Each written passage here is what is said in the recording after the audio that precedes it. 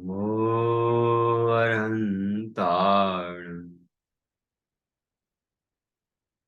नमो सिद्धाणं नमो आयनीयाणम्। नमो अध्यायाणम्। नमो सव्यसागुणम्। मङ्गलं भगवान् वीरो मङ्गलं गौतमो गणी। मङ्गलं कुन्द कुन्दाद्यो जैन धर्मो सुमङ्गलम्। सर्वमङ्गलमाङ्गल्यं सर्वकल्याणकारकं प्रधानं सर्वधर्माणां जैनं जयतु शासनम्। जैनं जयतु शासनम्।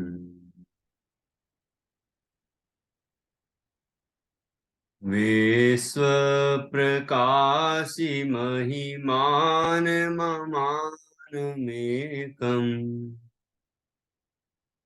ॐ अक्षराद्यखिलवाङ्मयहेतुभूतम् यं शङ्करं सुगतमीशमनीशमाहुः। अर्हन्तमूर्जितमहं तमहं नमामि।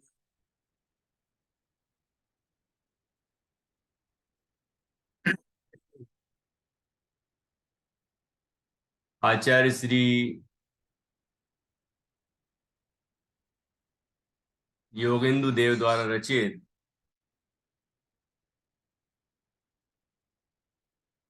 यह अमृता सीति नामक ग्रंथ है। इसके 65वें श्लोक पर कल हमने चर्चा की थी। आज हम 66 और उसके बाद 67 67 नंबर के श्लोक पर चर्चा करेंगे। कल 65वें श्लोक के आखिरी में हम पढ़ रहे थे। यहाँ विषय ध्यान का चल रहा है। जो जीव अपने स्वरूप का ध्यान करना चाहता है और मोक्ष अवस्था को पाना चाहता है, उसे संसार शरीर और भोगों से विरक्त होना चाहिए। जो जीव संसार से विरक्त है, शरीर में ममकार नहीं करता है, भोगों में जिसकी सुख बुद्धि नहीं है और केवल आत्मा को ही अपना स्वरूप मानता है, अपना मानता है, आत्मा के स्वभाव में ही मग्न रहता है, अपनी श्रद्धा ज्ञान और उसमें लीनता करता है, वही जीव सुखी होता है, मोक्ष की प्राप्ति करता है। ये सुंदर चर्चा यहाँ की है। और यहाँ कल जो 65वें श्लोक में चर्चा आई थी वह यह थी कि जो स्वरूप ध्यानी है, जो मोक्ष के लिए साधना कर रहे हैं, उनके परिणामों में राग द्वेष उत्पन्न नहीं होते, क्योंकि वो पर पदार्थों में इष्टनिष्ठ की कल्पनाएं नहीं करते। जो पर को अच्छा या बुरा नहीं मानते, पर को पर मानते हैं। पर पदार्थों में कोई पदार्थ अच्छा, कोई पदार्थ बुरा ऐसा नहीं मानते, बल्कि जो पर पदार्थों को अपने से भिन्न मानते हैं, शरीर को अपने से भिन्न मानते हैं, सभी कर्मों को अपने से भिन्न मानते हैं, विकारों को प्रभाव मानते हैं और अपने ज्ञानादिक स्वभाव रूप आत्मा को ही आप रूप अनुभव करते हैं, वे राग द्वेष से रहित होते हैं और वे वितराग परम समाधि को प्राप्त होते हैं और परम आनंद को प्राप्त होते हैं। ऐसे जो योगी होते हैं, स्वरूप साधक, वे निष्परिग्रही होते हैं, निर्ग्रंथ होते हैं, अहिंसक होते हैं, वीतराग होते हैं, संसार शरीर और भोगों से विरक्त रहते हैं और अपने स्वरूप में अनुरक्त रहते हैं। इसके बिना स्वरूप साधना संभव नहीं है, परम समाधि की दशा संभव नहीं है। क्योंकि परम समाधि कहिए, आत्मानुभूति कहिए, आत्मस्वरूप में निर्विकल्प लीनता कहिए, एक ही बात है। जो शुद्धोपयोग की दशा प्रकट होती है मुनिराज को, वही परम समाधि है।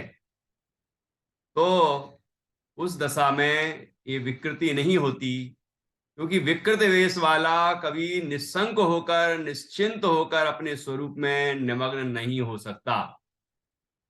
ख्याल में आ रहा है? तो ये चर्चा यहां पर की। अब हम आगे बढ़ते हैं। यहाँ जो 65वां काव्य चल रहा था और उसमें आखिरी आखिरी में विशेष चल रहा था, वो हम पढ़ेंगे। उसके बाद 66 वे श्लोक पर चर्चा करेंगे। उस स्थिति में पहुंचने के लिए, अर्थात ये ऊपर जो कहा था, जिसमें निज परमात्म तत्व की निश्चलानुभूति पूर्वक मुक्ति की प्राप्ति होती, तो ये जो निश्चलानुभूति है ना, निज स्वरूप में निर्विकल्प लीनता, चंचलता रहित लीनता, पूर्ण स्थिरता, वह निष्क्रिय अवस्था। देखिए, उक्त स्थिति में पहुंचने के लिए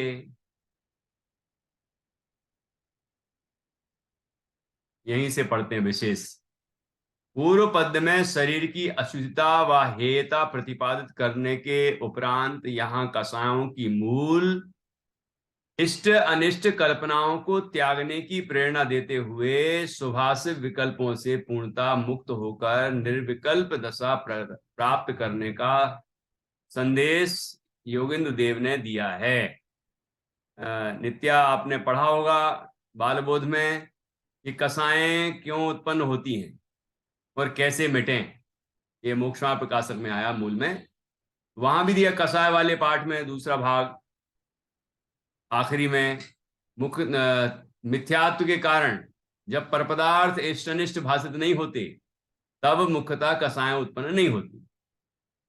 और तत्वज्ञान के अभ्यास से, याद है, तत्वज्ञान के अभ्यास से जब परपदार्थ इष्ट अनिष्ट भाषित नहीं होते, तो कसाएं भी उत्पन्न नहीं होती। वो बात यहां भी कही है। वो ठीक है। पूर्व पद में शरीर की अशुद्धता व हेयता प्रतिपादित करने के उपरांत यहां कसायों की मूल इष्ट अनिष्ट कल्पनाओं को त्यागने की प्रेरणा देते हुए शुभाशुभ विकल्पों से पूर्णता मुक्त होकर निर्विकल्प दशा प्राप्त करने का संदेश योगेंद्र देव ने दिया है।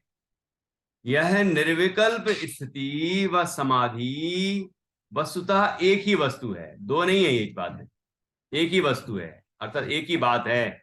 निर्विकल्प स्थिति कहो या समाधि की दशा कहो, निर्विकल्प आत्मानुभूति की दशा कहो या समाधि की दशा कहो, एक ही बात है। समाधि का मतलब एक ही वो नहीं होता कि मर गए, मरण। समाधि पूर्वक जो देह छूटती है उसका नाम समाधि मरण है ना। तो यहाँ निर्विकल्प स्थिति व समाधि वस्तुतः एक ही वस्तु है। वो स्वरूप में जो स्थिर अवस्था होती है वह है,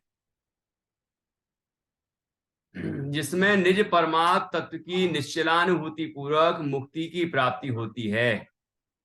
उक्त स्थिति में पहुंचने के लिए योगेंद्र देव साधक को निष्क्रिय होकर एक अखंड निष्कल, निष्कल अर्थात शरीर रहित, अशरीरी शुद्धात्म तत्व की अनुभूति करने की प्रेरणा दे रहे हैं। यहां निष्क्रियता से तात्पर्य है, यहां जो निष्क्रिय शब्द का प्रयोग किया है ना, कि निष्क्रिय होकर अपने स्वरूप में मग्न हो जाते हैं, तो निष्क्रिय होने का तात्पर्य क्या? यहां निष्क्रियता से तात्पर्य है मन वचन काय के निरोध से आत्म स्वरूप में लीनता। ये मन वचन काय का निरोध क्या है? काय का निरोध ये है कि काय की जो चंचलता है वो दूर हो जाए, मतलब स्थिर अवस्था। ठीक है, इस तरह स्थिर हो जाते हैं मुनराज। वचन की वचन की निष्क्रियता क्या है, वचन का निरोध, कि वचनों के द्वारा बोलना बंद कर दिया, मौन है, बोलने का भाव भी नहीं है। ऐसे काय की स्थिरता में शरीर से चलने का भाव भी नहीं है, हलन चलन का भाव नहीं है। और मन का निरोध का तात्पर्य क्या हुआ, कि मन का काम है अनेक विकल्प करे। तो जब स्वरूप में स्थिर होता है तो विकल्प होना बंद हो जाते हैं, तो ये मन का निरोध हो गया। सुबह शुभ कोई विकल्प नहीं होते, एक शुद्ध चैतन्य की अनुभूति होती, निश्चलानुभूति। तो मन वचन काय के निरोध से आत्म स्वरूप में लीनता, जिससे कर्मों की निर्जरा संपन्न होती है, वो कहलाती निष्क्रियता। ठीक है, इस निष्क्रियता का तात्पर्य ये थोड़ी हो गया कि उसमें पर्यायों का होना बंद हो जाएगा, द्रव्य का परिणमन होना बंद हो जाएगा, वो थोड़ी है। मतलब सांसारिक क्रियाओं व संसार बढ़ाने वाली मन वचन काय की सक्रियता, चंचलता रूप क्रिया के साथ साथ विकल्पात्मक उपयोग की अवस्था का भी निषेध यहां निष्क्रियता से अभिप्रेत है। निष्क्रिय कहने का तात्पर्य जो मन वचन काय की चंचलता है और विकल्पात्मक उपयोग की अवस्था है, उस सबका निषेध। ठीक है, वो निष्क्रियता से तात्पर्य है। तो शुभ शुभ कोई विकल्प नहीं होता और स्वरूप स्थिरता होती है। उक्त आत्मलीनता रूप निष्क्रिय अवस्था पर पदार्थों से पूर्ण विरक्ति होने पर ही संभव होती है। ये बात पहले से कहते आ रहे हैं कि जब जीव पर पदार्थों से पूर्ण विरक्त होगा, संसार से, शरीर से, भोगों से विरक्त होगा, पर से भेद ज्ञान करेगा, ठीक है, और अपने स्वरूप में ही लीन होगा, तो वो दशा होगी क्या, उक्त आत्मलीनता रूप निष्क्रिय अवस्था पर पदार्थों से पूर्ण विरक्ति होने पर ही संभव होती है। इसी विरक्ति की उत्पत्ति एवं स्थिरता हेतु शरीर आदि की नश्वरता व हेयता का चिंतन उपयोगी है, जो कि पूर्व में किया गया है, बताया गया है कि शरीर आदि सब नश्वर हैं, हेय हैं। ठीक है ना, उनमें अपनापन वो करने लायक नहीं है। ठीक है, भेद ज्ञान करने लायक हैं, विरक्त होने लायक हैं, तो ये उनकी हेयता है। अतएव पूर्व पद में उसका प्रतिपादन किया था। ठीक है, आचार्य योगेंद्र देव ने उक्त आत्म साधना की विधि से समाधि के उत्तम फल की प्राप्ति होना यहां निर्दिष्ट किया है। इस तरह से जब हम संसार शरीर भोगों से विरक्त होकर अपने आत्मा की श्रद्धा और ज्ञान पूर्वक उसमें लीनता का पुरुषार्थ करते हैं, स्वरूप में स्थिर होते हैं, ऐसी परम समाधि की दशा प्रकट होती है, शुद्धोपयोग की दशा प्रकट होती है, आत्मलीनता होती है, तो उत्तम फल की प्राप्ति होती है। समाधि के उत्तम फल की प्राप्ति क्या है, समाधि के उत्तम फल की प्राप्ति परम आनंद, और क्या, कि अरहंत अवस्था, फिर सिद्ध अवस्था अर्थात मोक्ष की प्राप्ति, वह उसका फल है। देखिए,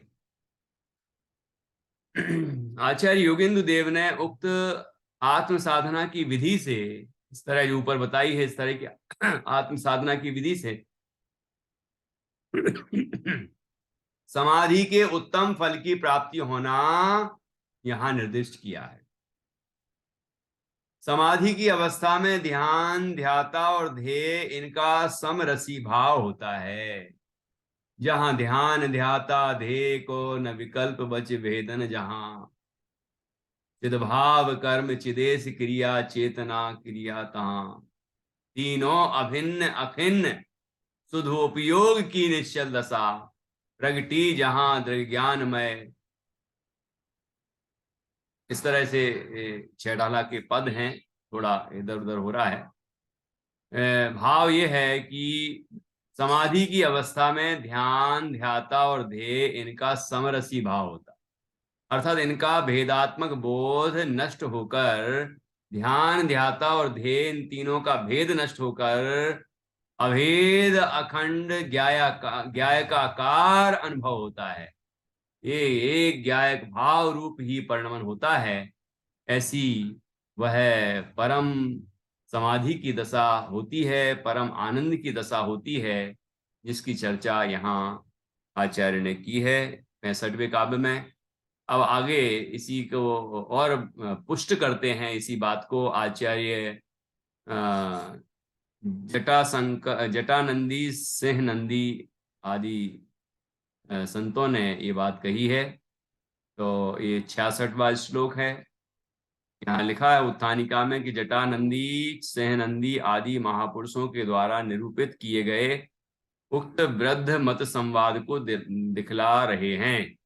यहाँ जितने भी उद्धरण प्रस्तुत किए गए हैं, चाहे वो आचार्य विद्यानंद स्वामी का हो, आचार्य समंत भद्र स्वामी का, यहाँ जटानंदी सहनंदी मुनिराजों का, आगे आचार्य अकलंक देव का उद्धरण प्रस्तुत किया है, तो उसे वृद्ध मत संवाद कहा गया।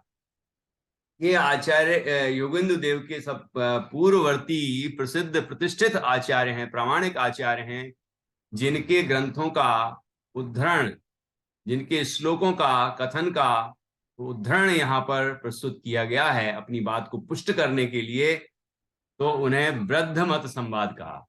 वो वृद्ध हैं, मतलब वो पूर्वाचार्य हैं, वो वरिष्ठ आचार्य हैं, है ना। ये समझ लीजिए कि ऐसा बतलाने के लिए वृद्ध मत संवाद ऐसा कहा गया है। कि वृद्ध मत संवाद कोई ग्रंथ का नाम नहीं है, ये पूर्व में भी कहा जा चुका है। देखिए,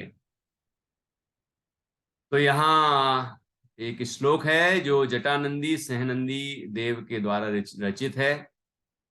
तावत् क्रिया प्रवर्तन्ते यावद्वैतस्य गोचरम् अद्वये निष्कले प्राप्ते निष्क्रियस्य कुतः क्रिया। निष्क्रिय की क्रिया कहां से होगी? तावत क्रिया प्रवर्तन्ते, वहीं तब तक ही क्रिया होती है, यावत द्वैतस्य गोचरम, जहां तक दो पना होता है, मतलब कर्ता और कर्म। तो क्रिया होगी कि कर्ता ने क्रिया कर्म करने के लिए कोई क्रिया की, ठीक है ना। आत्मा ज्ञान से जानता है, तो जानने की क्रिया की, ठीक है ना। कोई चीज को, कोई ज्ञेय को जानने की क्रिया की, भले ही वो आत्मा को ही जानने की क्रिया की, तो वहां भेद हो गया, है ना। जहां भेद नहीं होगा समाधि की दशा में, तो वहां पर वो निष्क्रिय कहलाएगा। अद्वये निष्कले प्राप्ते, अद्वये मतलब दो पना नष्ट हो गया। वहां यहां तक तो कहा था अभी पिछले छंद में, चिद ध्यान ध्याता और ध्येय का भी भेद मिट गया। निष्कले शरीर रहित अवस्था, है ना। प्राप्ते निष्कल सिद्ध परमात्मा को कहते हैं। निष्क्रिय से कुतः क्रिया, तो निष्क्रिय के कौन सी क्रिया होगी? देखिए यहाँ क्या कहा है 99। जब तक द्वैत संबंधी अर्थात इंद्रिय आदि जनित अनुभव होता है, तब तक क्रिया, कौन सी क्रिया? शुभाशुभ संकल्प विकल्प आदि आरंभ आभ्यंतर तथा शारीरिक वाचिक आदि बाह्य क्रियाएं प्रवर्तित होती रहती है, और अखंड अद्वैत निष्कल आत्म तत्व की अनुभूति प्राप्त होने पर निष्क्रिय या निर्विकल्प दशा को प्राप्त आत्मा के शुभाशुभ क्रियाओं कर्मों की स्थिति कैसे हो सकती है? देखो क्या कहा यहाँ पर। यहाँ द्वैत पना किसको कहा और अद्वैत पना किसको कहा है, निष्क्रिय दशा किसको कही है? कि जब तक द्वैत संबंधी अनुभव होता है, द्वैत संबंधी अनुभव होता है कि यहाँ इंद्रियादि जनित अनुभव होता है, इंद्रियादि जनित, ठीक है, मतलब इन पंचेंद्रिय के विषयों का अनुभव होता है। तो जीव पंचेंद्रिय के विषयों का अनुभव करता है, ऐसा दोपना द्वैत, ठीक है। तावत तब तक शुभाशुभ संकल्प विकल्प आदि आभ्यंतर तथा शारीरिक वाचिक आदि बाह्य क्रियाएं प्रवर्तित होती रहती है। कि शुभ और अशुभ, या तो शुभ संकल्प होंगे, विकल्प होंगे, और इस तरह की आभ्यंतर क्रियाएं होंगी संकल्प विकल्प रूप, और शारीरिक वाचिक आदि। तो शारीरिक क्रियाएं, शुभ क्रियाएं, पूजन, धर्म, व्रत, शील, संयम आदि का पालन, और वाचिक क्रियाएं स्तुति, वंदना इत्यादि, अथवा कोई अपशब्द आदि, है ना। तो जो शुभ क्रियाएं होंगी वो स्तुति, वंदना आदि रूप होंगी, और जो अपशब्द आदि रूप होंगे, पर निंदा, पर आत्म प्रशंसा आदि रूप होंगे, वो अशुभ क्रियाएं होंगी, वाचिक क्रियाएं।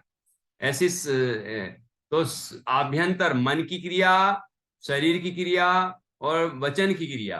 तो मन वचन काय की क्रियाएं शुभ रूप होंगी या अशुभ रूप होंगी, तो वो द्वैत पना कहलाएगा।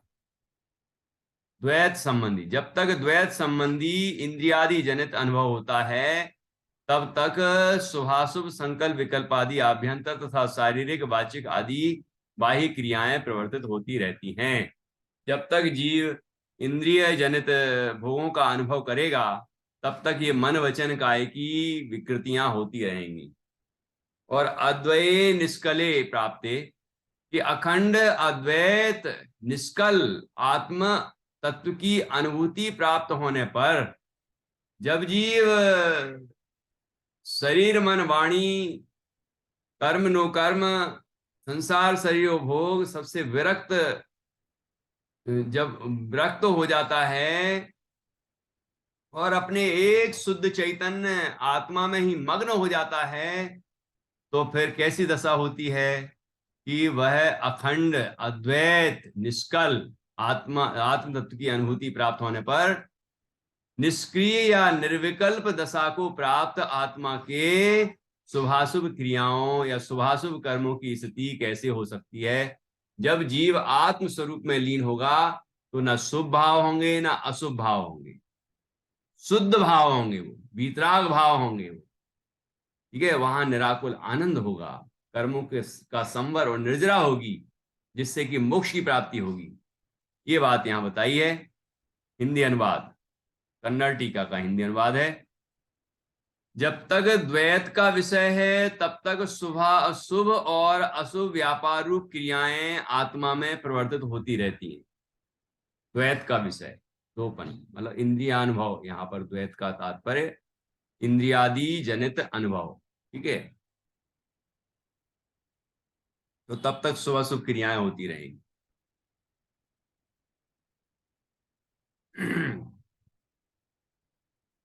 किंतु निःशरीरी और अविभागी एक अद्वैत स्वभाव के प्राप्त हो जाने पर क्रिया रहित तत्व के शुभ और अशुभ व्यापार रूप क्रियाएं कहां से होंगी, अर्थात नहीं होंगी। जब जीव पंचेंद्रिय के विषयों की तरफ दृष्टि करता है, उनका अनुभव करता है ना, तो उनमें यदि पंचेंद्रिय के विषयों का अनुभव करता है तो वो अशुभ हो गया। और जैसे आंख के निमित्त से जो कोई भोग सामग्री को देखता है तो वो अशुभ परिणाम होगा, लेकिन पंच परमेष्टि को देखता है तो अरहंत आदि को का अवलोकन करता है तो शुभ भाव होंगे। ऐसे कान से विषय भोग की बातें सुनता है, परनिंदा की बातें सुनता है, तो उससे अशुभ भाव होंगे। और जिनवाणी सुनेगा तो शुभ भाव होंगे, स्तुति सुनेगा तो शुभ भाव होंगे, दिव्य ध्वनि सुनेगा तो शुभ भाव होंगे। ऐसे इंद्रियों के माध्यम से, पांच इंद्रियों के माध्यम से जब अशुभ में प्रवर्तन करेगा तो अशुभ भाव होंगे, अशुभ कर्म का आश्रय बंद होगा। और शुभ भाव में, शुभ कार्यों में परिवर्तन करेगा तो शुभ भाव होंगे और पुण्य का बंध होगा। इस तरह से मन वचन काय की जब द्वैत रूप क्रिया होती है तो शुभ अशुभ परिणाम होते हैं, ठीक है। और जब जीव इन सब पर पदार्थों से भिन्न पंचेंद्रिय के विषय और पंच परमेष्टि से भी उपयोग को हटाकर एक निःशुद्ध चैतन्य में ही लगाता है, तो ना अशुभ भाव होता है ना शुभ भाव होता है, वहां तो एकमात्र शुद्ध भाव होता है। ठीक है, ये बात यहां कही है। भावार्थ, निर्विकल्प स्वरूप की आराधना ही साक्षात मोक्ष की हेतु है, ऐसा तात्पर्य है। निर्विकल्प स्वरूप की आराधना मतलब अपने स्वरूप की आराधना ऐसी कि जिसमें कोई शुभ और अशुभ विकल्प ना हो, वो है निर्विकल्प स्वरूप की आराधना। अब दूसरी बात कि आत्मा का स्वरूप ही निर्विकल्प है। आत्मा के स्वरूप में कोई राग द्वेष नहीं है, वो तो विरूप है, विद्रूप है, विकार है वो, शुभ अशुभ भाव। तो स्वभाव तो वीतरागमय ही है, शुद्ध ही है, तो वो निर्विकल्प स्वरूप है। दोनों तरफ से हो गया, एक तो स्वभाव ही निर्विकल्प है और दूसरा उस स्वरूप की आराधना करने पर राग द्वेष के विकल्प नहीं होना, शुभ अशुभ विकल्प नहीं होना, वो निर्विकल्प है। तो निर्विकल्प स्वरूप की आराधना ही आराधना, सब ओर से रम जाना। अर्थात सर्व समन्तात, सर्व ओर से, राधना मतलब रमना, तो सर्व ओर से निर्विकल्प स्वरूप में ही रम जाना, निःशुद्ध चैतन्य में ही रम जाना, वह साक्षात मोक्ष की हेतु है। साक्षात मोक्ष का कारण है वह निर्विकल्प स्वरूप की आराधना ही साक्षात मोक्ष की हेतु है, ऐसा तात्पर्य है। इस प्रकार से यहाँ बड़ी ही सुंदर चर्चा की है कि कैसे जीव सविकल्प दशा में होता है, शुभ अशुभ विकल्पों की दशा में होता है, और किस तरह जीव निर्विकल्प होता है और वीतराग निर्विकल्प होता है और वीतराग अवस्था को प्राप्त करता है और उससे जीव मोक्ष की प्राप्ति करता है। ठीक है ना। तो इस तरह की चर्चा यहाँ 66वें काव्य में की गई है। एक बार पुनः पढ़ते हैं। बहुत सुंदर काव्य है ये, जटानंदी सहनंदी देव के द्वारा रचित है ये, जो कि आचार्य योगेंद्र देव ने यहाँ उद्धरण के रूप में अपने ही ग्रंथ के अंतर्गत ही प्रस्तुत कर दिया है। लेकिन ऐसा ऐसा नहीं करते हैं कि वो जो श्लोक है वो अपना ही हो गया, है ना। वो अन्य आचार्यों का है, ये बड़े ही सम्मान पूर्वक उसको ग्रहण करते हैं। तावत क्रिया, कुछ श्लोक ऐसे होते हैं जो गुरु परंपरा से चलते हैं। ये विशेष रूप से किन ने लिखा है, किन का है, ये ज्ञात नहीं होता है, तो सभी वो स्वीकार कर लेते हैं। जो आचार्य ग्रहण करना चाहें अपने गुरु परंपरा से प्राप्त श्लोक को, वो ग्रहण कर लेते हैं। तावत् क्रिया प्रवर्तन्ते यावत् द्वैतस्य गोचरम् अद्वये निष्कले प्राप्ते निष्क्रियस्य कुतः क्रिया। यहाँ इस तरह द्वैत का अर्थ इंद्रिय विषयों में प्रवृत्ति और अद्वैत का अर्थ आत्म स्वरूप में प्रवृत्ति।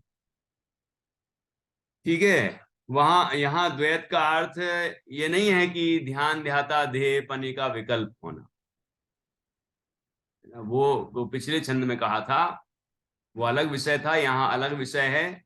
यहाँ द्वैत का तात्पर्य पंचेंद्रिय के विषयों में प्रवृत्ति और उससे शुभ अशुभ परिणाम होना। दो हो गए ना, शुभ और अशुभ, ये दो पना जहां हो जिन परिणामों में, है ना, जिसका लक्ष्य करने से ये शुभ अशुभ परिणाम हो।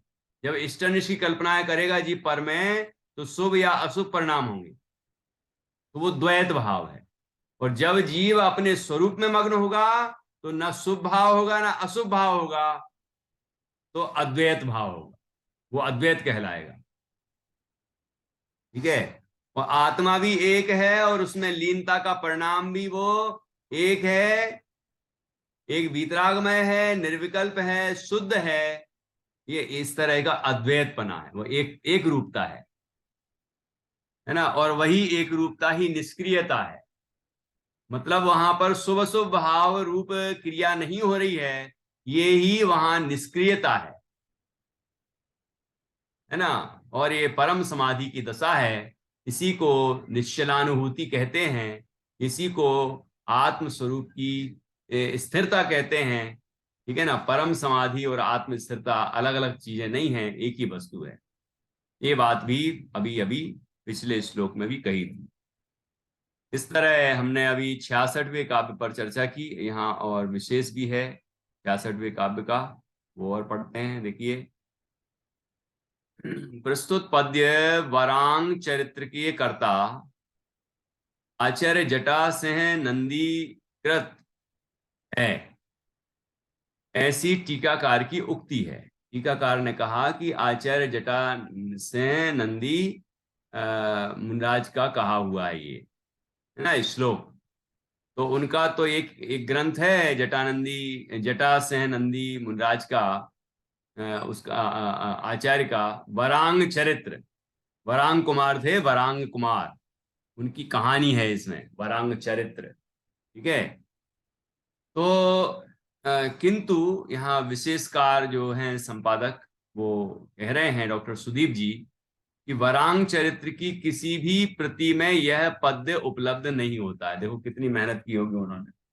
वरांग चरित्र का एक एक श्लोक देखा तो वहां पर ये श्लोक प्राप्त नहीं हुआ जो अभी यहाँ पर हमने पढ़ा। वरांग चरित्र के संपादक डॉक्टर एन उपाध्याय ने संभावना व्यक्त की है कि प्रस्तुत पद्य आचार्य जटासिंह नंदी की किसी अन्य कृति का होगा जो कि अद्यावधि उपलब्ध नहीं हो सकी। उपलब्ध तो एक ही ग्रंथ है वरांग चरित्र, और दूसरी कृति कोई उपलब्ध नहीं है। तो उन्होंने संभावना प्रकट की है कि कोई और कृति होगी, उसका ये उद्धरण होगा, मतलब ये श्लोक होगा। ये हो सकता है क्योंकि आचार्य योगेंदु देव ने ये कहा है, ये लिखा है ये श्लोक, और टीकाकार ने इसे जटान सह नंदी का कहा है। तो वीतरागी संत असत्य भाषण तो नहीं करते हैं। तो ये बात, इस बात का विश्वास रखते हुए डॉक्टर एन उपाध्याय ने संभावना प्रकट की कि ये श्लोक, ये पद्य आचार्य जटासिंह नंदी की किसी अन्य कृति का होगा, लेकिन वो कृति अभी उपलब्ध नहीं है। ठीक है। जो वरांग चरित्र उपलब्ध है उसमें तो ये नहीं है, कोई और पद और ग्रंथ का होगा, मतलब उनके ही किसी और ग्रंथ का होगा, ऐसा हो सकता है। क्योंकि वरांग चरित्र का है ऐसा तो आचार्य ने लिखा नहीं है, जटासिंह नंदी का है ये लिखा है। ठीक है। इस पद को देखो कितनी विनम्रता है। जो टीकाकार हैं, संपादक हैं, जो विशेषकार हैं, वो कितना ध्यान रखते हैं कि वीतरागी संतों की वाणी है, जो प्रयोजन भूत बात में असत्य नहीं बोलते, वो अप्रयोजन भूत में कहां से असत्य बोलेंगे। तो उनका प्रतिपादन बिल्कुल सत्य है। तो उसके लिए हमें समझना होगा कि वो बात कही है, जैसे जटा से नंदी कृत है ये श्लोक, तो अब उनकी वरांग चरित्र में तो नहीं है, कोई और कृति में होगा, है ना। लेकिन उनका नाम लिखा है तो निश्चित रूप से उनका ही होगा।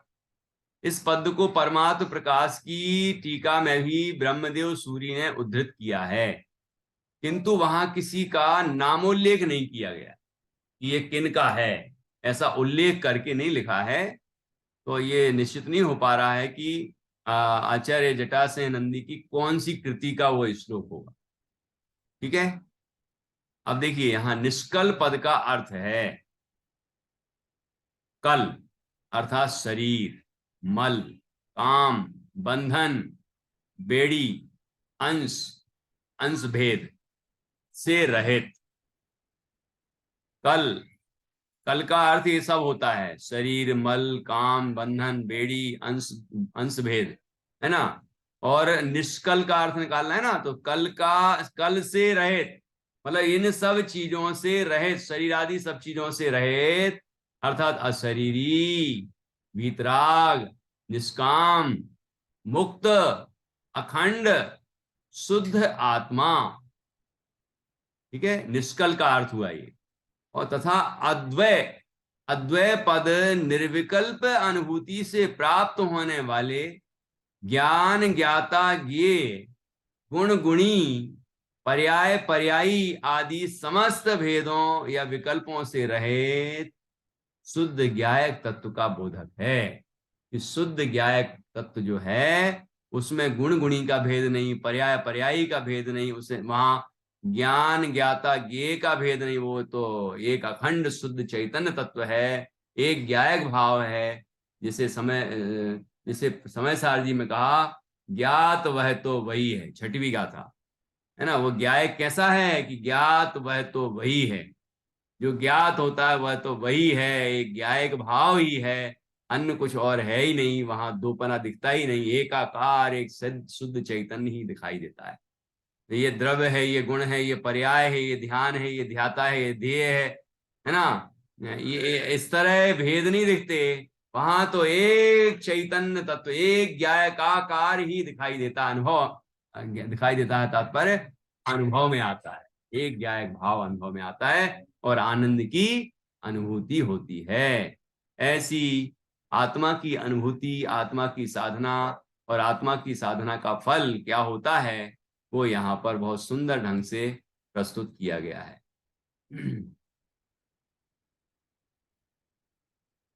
ठीक है, अब हम आगे बढ़ते हैं।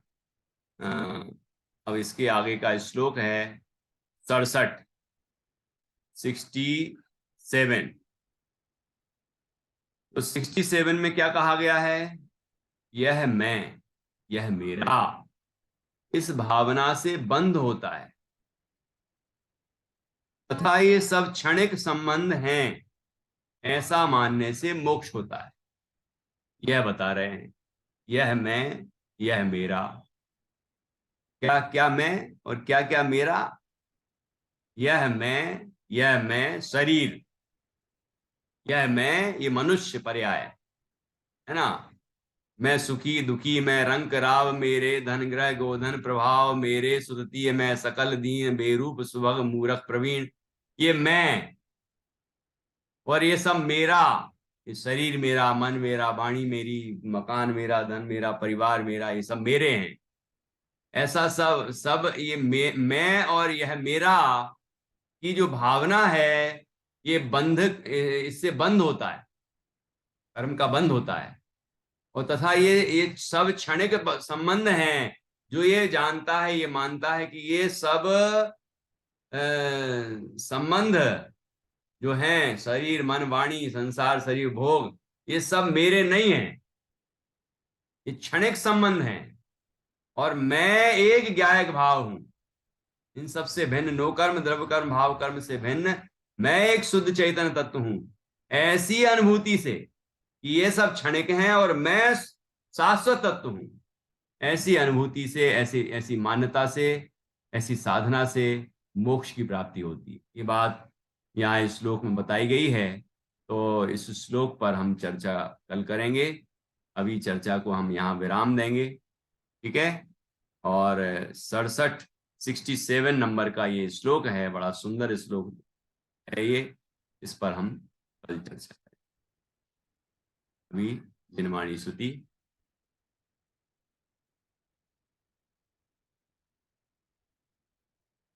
शालिनी जी बोलिए जिनवाणी स्तुति।